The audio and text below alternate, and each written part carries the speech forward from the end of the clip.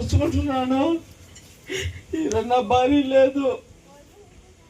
నేను మా కుటుంబంలో దిగేస్తాము.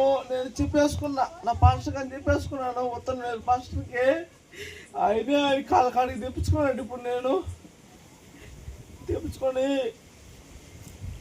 బలిపీఠం కాడ మోకాలు చేయరా ఏం చేస్తున్నాను, ఆయన నమ్మకం చేస్తాడు అన్నాడు. చేశాడు. కానీ నా భార్య నా కాడికి రాలేదు. ఎడాకల దాకా వచ్చింది. చేయరా మోకాలు వేసి, నీ ఇంట్లో మీ అమ్మ మీ నాయన అందరూ మోకాలు చేయండి చెప్పాడు ఆయన. నా నోడుకుంటే ఒక మాట వచ్చింది. నేను పిచ్చ తాగిపోతాడిని. ఆయనకయ్యి ఆయన వచ్చి చెప్పాడు నాకు, తాగబాగరా చేయబాగరా, నువ్వు మోకాలు వేసి బలిపీఠం కానీ ప్రార్థన చేయరా అన్నాడు. నేను 2 రోజుల క్రితం నుంచి నా భార్య కోసం నేను చేస్తున్నా.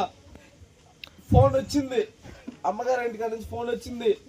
కానీ ఎడాకల దాకా రాలేదు. అది పైన భగవంతుడు చూసుకున్నాడు.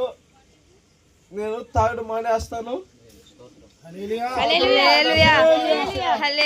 సో తాగడు మానేస్తాను, బాప్టిజం తీసుకుంటాను. కానీ ఈయన నా పాస్టర్ కాదు, రత్నం పాస్టర్, మా పాస్టరు. ఆయన కాడపోయి బాప్టిజం తీసుకుంటాను నేను.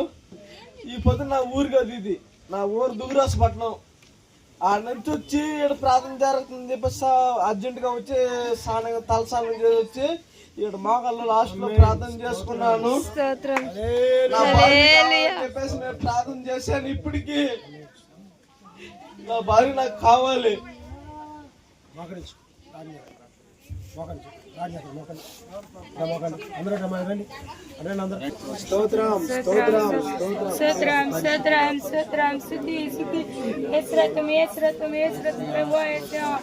నీకే వేలాది స్థుతులు స్తోత్రాలు ప్రభువా. నీ బిడ్డనైనా కన్నీటితోనైనా దుఃఖంతో బాధపడుతున్నాడు ప్రభువా. అయ్యి నిన్ను నమ్ముకుంటానని చెప్తున్నాడు ప్రభువా. మీకు స్తోత్రం. నేను తన మనసు మార్చండి, తన భార్య మనసు మార్చండి ప్రభువా. మీకు స్తోత్రం. నేను కుటుంబంలో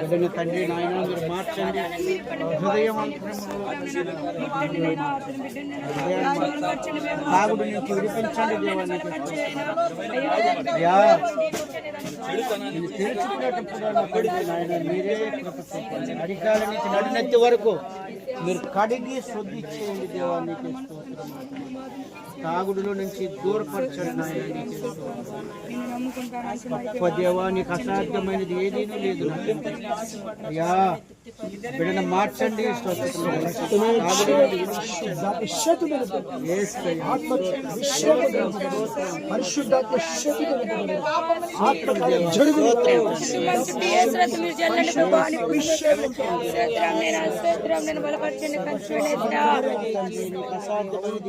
నిన్ను నమ్మి నీ బిడ్డ నీ దగ్గర మొక్కలు వచ్చి కన్నీరు